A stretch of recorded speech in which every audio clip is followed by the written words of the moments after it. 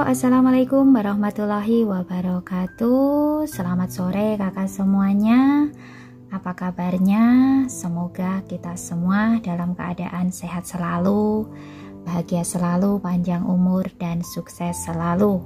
Amin ya robbal alamin. Sekali lagi saya minta maaf, ceritanya selalu jeda ya. Dan di cerita sebelumnya, Yasmin sepulang kerja dia pulang ke rumah, tetapi tidak menemukan neneknya. Dia hanya menemukan secarik surat dari nenek Lukmantara yang berisi dia pergi untuk beberapa hari. Kemanakah nenek Lukmantara pergi? Kita langsung saja ke cerita selanjutnya. Selamat mendengarkan. Yasmin memegang ponsel, air mata mengalir di matanya. Dia tahu suatu hari nanti neneknya akan bertambah tua dan cepat atau lambat akan meninggalkannya seperti kakeknya.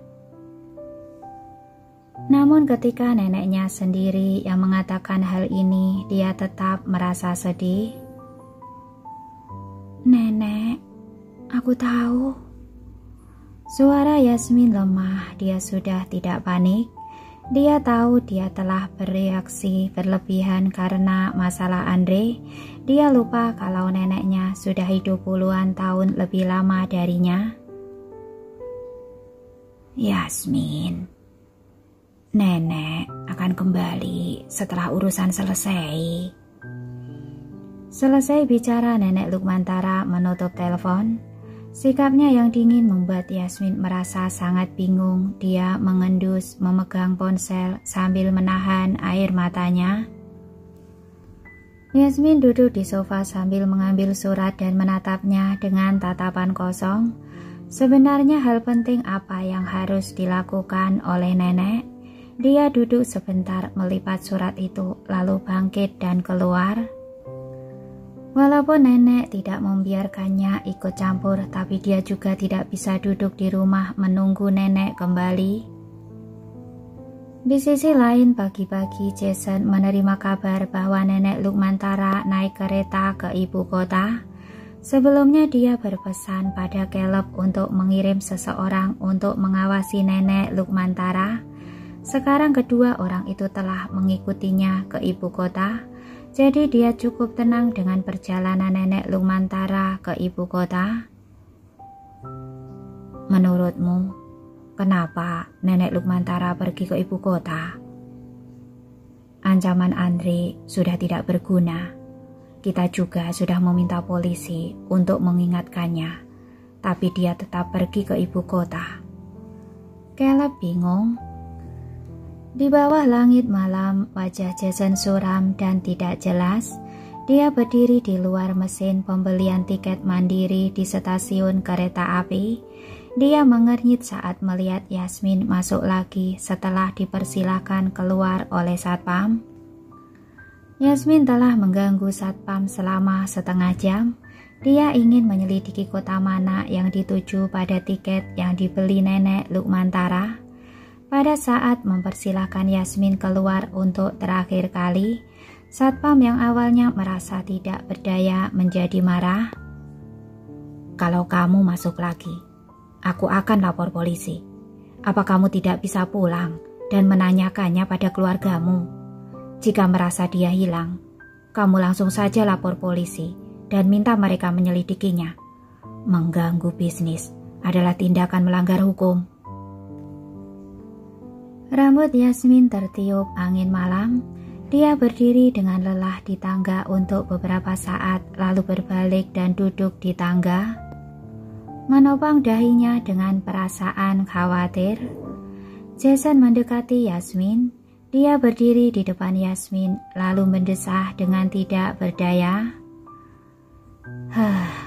Kamu tetap tidak mencariku, walaupun sudah menemui jalan buntu."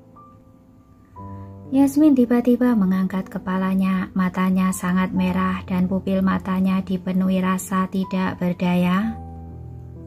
Dia hanya menatapnya sejenak, kemudian kembali menunduk sambil memeluk lutut dengan kedua tangan. "Tidak ada yang serius. tidak perlu mencarimu. Yasmin, terkadang aku menghargai ketangguhanmu. Tapi apa gunanya keras kepala di saat seperti ini? Jason memandangi rambutnya dan berkata dengan tidak berdaya. Yasmin tidak menjawab. Sejak perceraian dia telah mengatur semuanya dengan sangat baik. Masalah sebesar apapun bisa dia selesaikan sendiri. Dia tidak pernah berpikir untuk bergantung pada siapapun. Dia memiliki harga diri.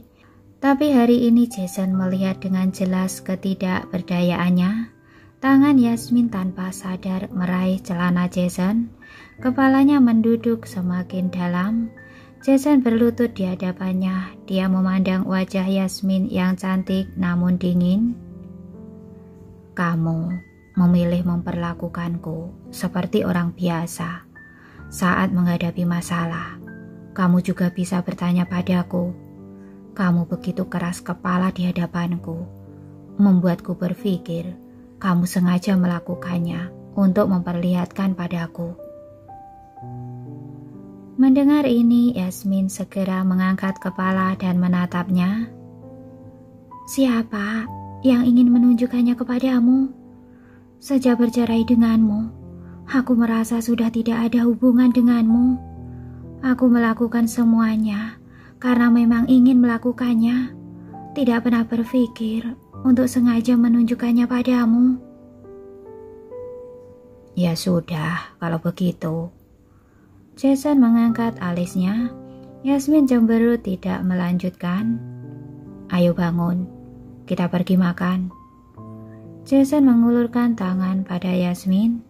Caleb berdiri di samping. Dia tidak mengerti mengapa Jason tidak memberitahu Yasmin di mana nenek Lukmantara berada. Yasmin tidak meraih tangan Jason. Dia tiba-tiba berdiri, sekilas melihat Jason yang sedikit kecewa, lalu memandang Caleb dan bertanya, apa pemuda yang berdarah panas itu kamu?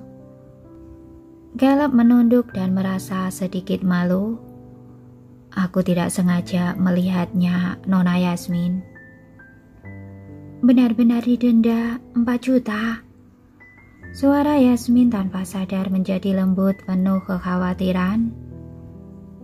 Gajiku tinggi, jadi 4 juta bukanlah apa-apa, kata Caleb. Sebenarnya Jason yang membayarnya, tapi dia tidak bisa memberitahu Yasmin kalau Jason yang membantu. Jadi dia hanya bisa menerima pujian ini. Memang benar, pasti kamu juga tidak ingin melakukannya. Orang yang menyuruhmu melakukannya yang membayar dendanya kan? Yasmin berkata dan menatap Jason. Wajah Jason tenang, tapi jari kelingking tangannya melengkung tanpa sadar. Nona Yasmin, mau pergi makan malam?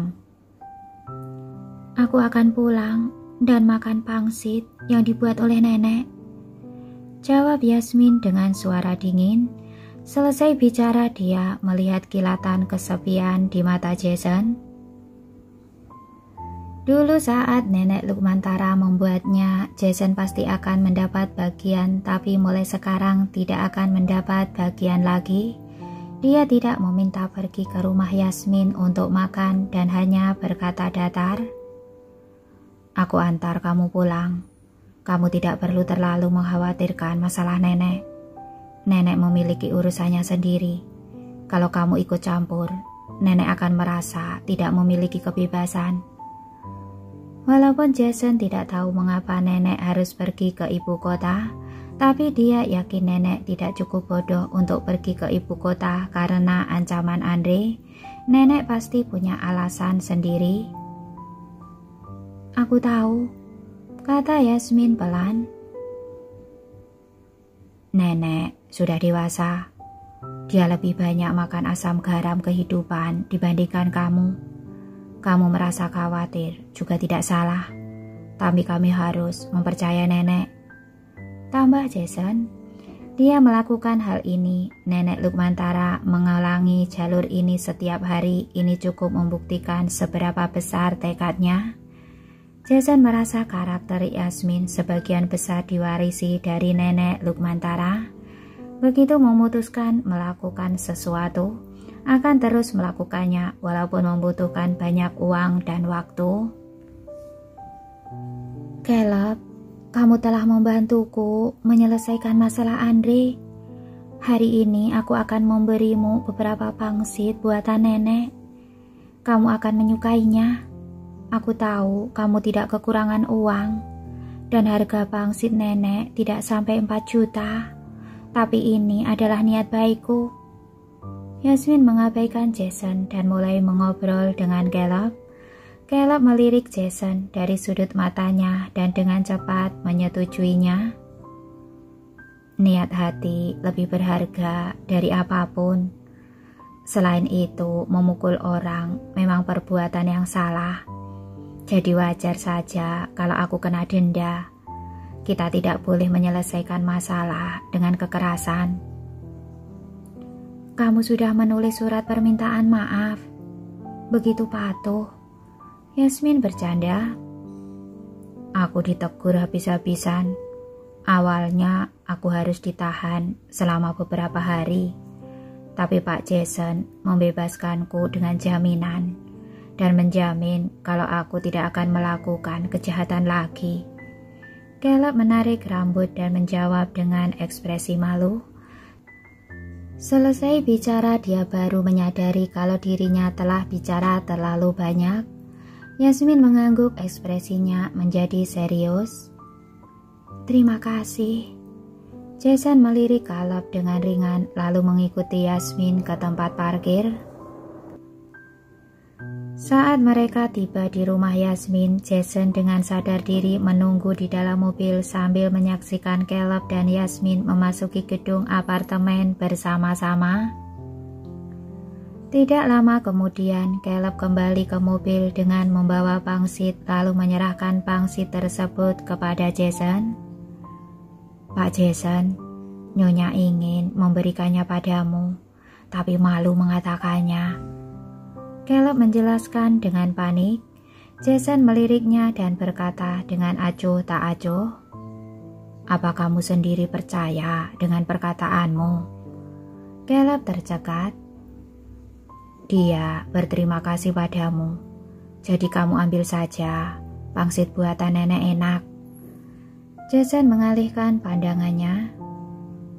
Kalau begitu, aku pergi ke rumahmu untuk membuat beberapa, dan aku akan membawa pulang sisanya. Caleb masih tidak mau makan sendirian pangsit yang diberikan oleh Yasmin. Kalau begitu, masak di rumahku, kita makan bersama. Jason berkata dengan tenang, kemudian menutup matanya dan bersandar di kursi mobil untuk beristirahat. Caleb mengemudi perlahan tapi tetap bertanya, mengapa tidak memberitahu yang sebenarnya pada Nyonya? Jason terdiam cukup lama sebelum berkata, karena nenek tidak ingin dia tahu, lebih baik menghormati keinginannya. Kita hanya perlu terus mengawasinya. Pada hari pertama neneknya pergi, Yasmin tidak bisa tidur nyenyak sepanjang malam. Berbagai adegan yang kacau muncul di dalam mimpinya, menyebabkan dia tidak berada dalam kondisi fit keesokan harinya. Pada pukul 5:30 sore, Yasmin tiba di alamat yang dikirimkan Handi padanya. Kebetulan sekali makan malam ini diadakan di restoran dengan koki yang memasak dalam jamuan negara sebelumnya. Begitu turun dari mobil, dia melihat Handi berdiri di depan pintu restoran. Handi langsung turun tangga begitu melihat Yasmin. Yasmin menyadari hari ini Handi mengenakan jas putih. Ini membuatnya teringat Jason juga pernah mengenakan jas putih. Sebenarnya Handi cukup tampan mengenakannya, tapi tidak setampan Jason. Kamu sudah datang. Kamu kenapa? Wajahmu tidak terlalu bagus. Handi mendekati Yasmin dan menyadari dia terlihat dalam kondisi yang buruk. Yasmin bahkan sengaja tidur siang, tapi tidak menyangka dia benar-benar terlihat sangat lesu seperti yang dikatakan Luna. Tadi malam aku tidak tidur nyenyak, katanya sambil berjalan ke restoran. Handi mengikuti dengan senyuman di wajahnya. Karena acara reuni? Bukan, karena masalah pribadi. Berapa banyak orang yang datang hari ini? Kata Yasmin sambil melirik ke arahnya. Hampir semua orang yang ada di kota Benteng datang. Meja besar sudah disiapkan, ada belasan orang. Handi mengangkat alisnya seperti menantikan pertemuan ini. Ada begitu banyak teman sekelas yang tinggal di kota Benteng untuk bekerja. Yasmin bergumam. Setelah keduanya memasuki restoran, sebuah mobil diparkir di depan restoran. Caleb melirik Jason dan bertanya, "Masih mau masuk?" "Tunggu sampai klien datang dan masuk bersama," kata Jason dengan tenang. Yasmin tiba di ruang perjamuan di lantai 2. Dia melihat meja makan di lantai 2 sangat besar, mungkin khusus digunakan untuk jamuan makan. Dia segera melihat dosennya yang sudah beruban. Saat melihatnya, dosen langsung menunjukkan senyuman lembut. "Yasmin, kenapa raut mukamu begitu buruk?" "Aku tidak bisa tidur nyenyak tadi malam, Pak. Sudah lama kita tidak bertemu." Yasmin sedikit berhati-hati. "Benar, setelah kamu lulus, aku tidak mendengar berita apapun tentangmu. Biasanya kamu juga jarang bicara di grup. Selama beberapa tahun ini, selain merancang, kamu kemana saja?" Dosen memandang Yasmin dengan penuh perhatian. Handi menekan bahu Yasmin, membuatnya duduk di sebelah dosen. Yasmin menikah tidak lama setelah lulus kuliah. Sekarang dia sudah bercerai, jadi sulit menjawab pertanyaan dosen. "Tidak kemana-mana. Aku membuka studio dengan Luna.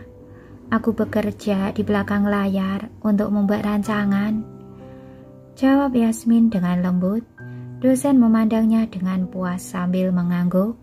Teman sekelas datang satu demi satu, bahkan Luna yang sedang berada di luar kota bergegas kembali untuk berpartisipasi. Luna duduk di sebelah Yasmin. Dia memberi isyarat pada Yasmin untuk melihat ke meja makan di sebelah. Yasmin yang menjawab pertanyaan dosen, bahkan tidak menyadari meja di sebelahnya sudah terisi. Dia berbalik mendongak dan melihat Jason. Di meja itu ada banyak orang yang tidak dia kenal. Mereka semua mengenakan jas dan berdasi, terlihat elit. Handi melihat Yasmin menoleh ke meja sebelah. Dia pun tanpa sadar ikut menoleh. Saat melihat Jason ada di sebelah, dalam hati dia berpikir begitu kebetulan sekali. Tapi belakangan ini restoran ini menjadi lokasi terbaik bagi masyarakat kelas atas untuk berkumpul dan makan karena adanya kepala koki yang pernah memasak jamuan negara. Jadi hal ini sangat wajar. Selain itu, terlihat jelas Jason sedang membicarakan bisnis di sini. Jason sepertinya menyadari tatapan Yasmin. Dia tanpa sadar melirik ke arah Yasmin, walaupun tatapannya terlihat datar tapi dalam. Yasmin segera mengalihkan pandangannya. Setelah semua teman sekelas tiba, Handi meminta pelayan untuk menyajikan makanan. "Aku tahu kalian semua sibuk, jadi aku sudah mengaturnya lebih dulu. Tolong teman-teman dan Pak dosen maklumi jika ada kesalahan," kata Handi lantang saat pelayan sedang menyajikan makanan. Bagaimanapun ini adalah restoran terbuka. Saat orang di meja ini bicara, orang di meja Jason juga bisa mendengarnya.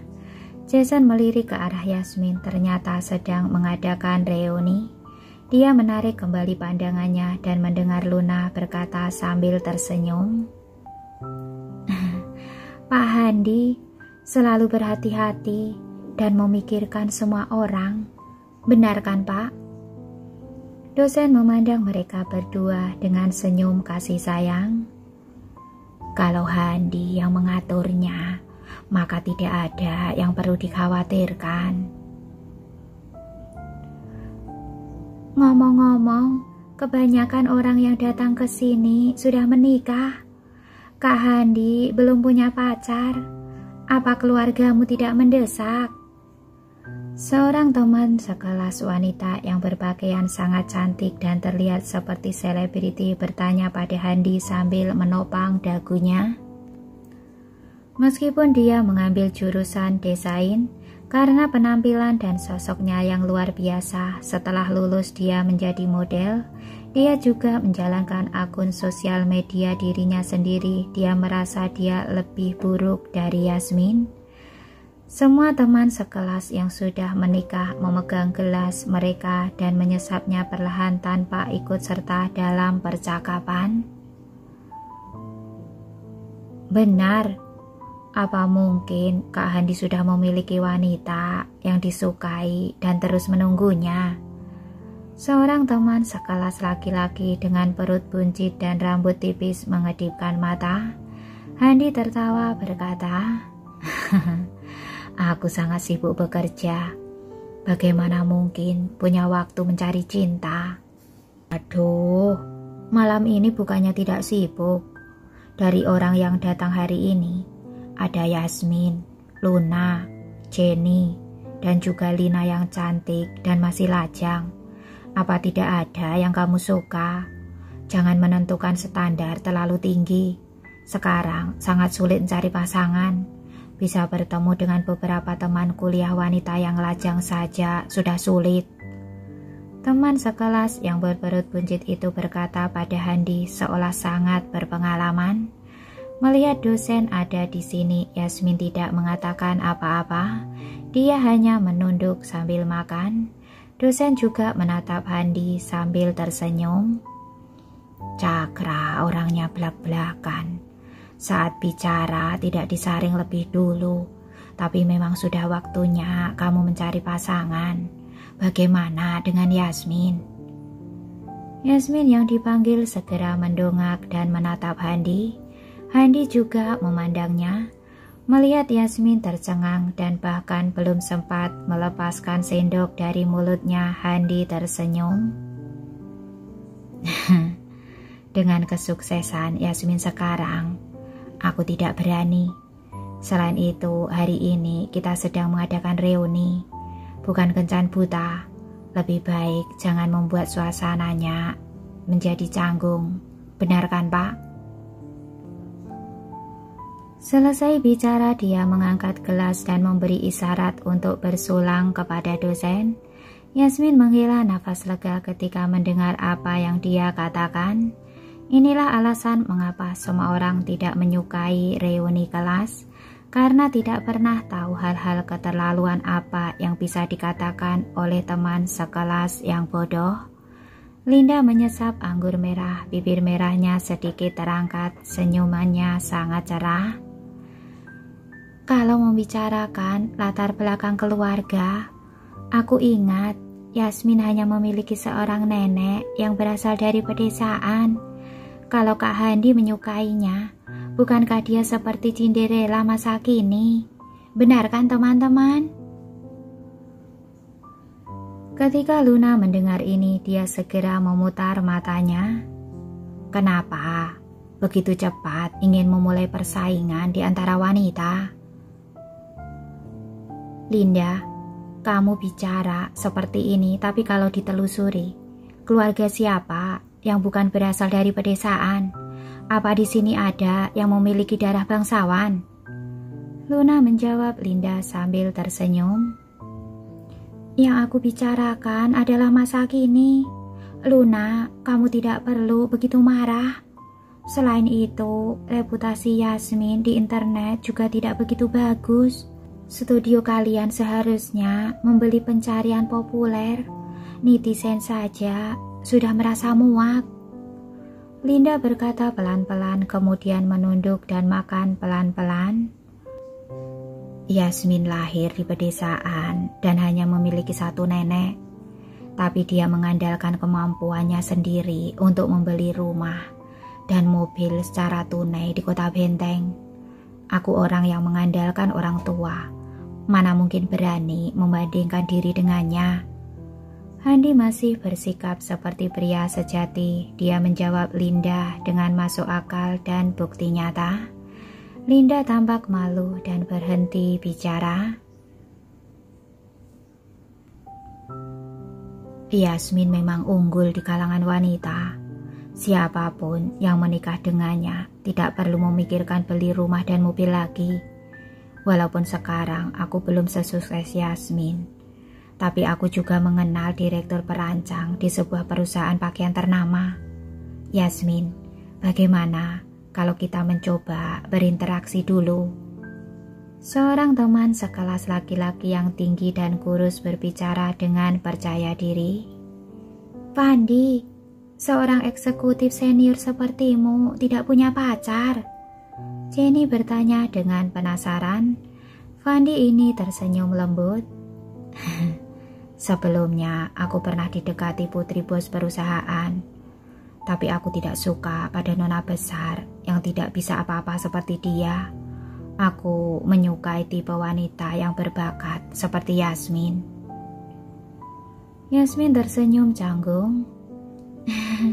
Terima kasih, tapi saat ini aku tidak punya waktu memikirkan hal seperti ini. Luna yang duduk di samping memutar matanya.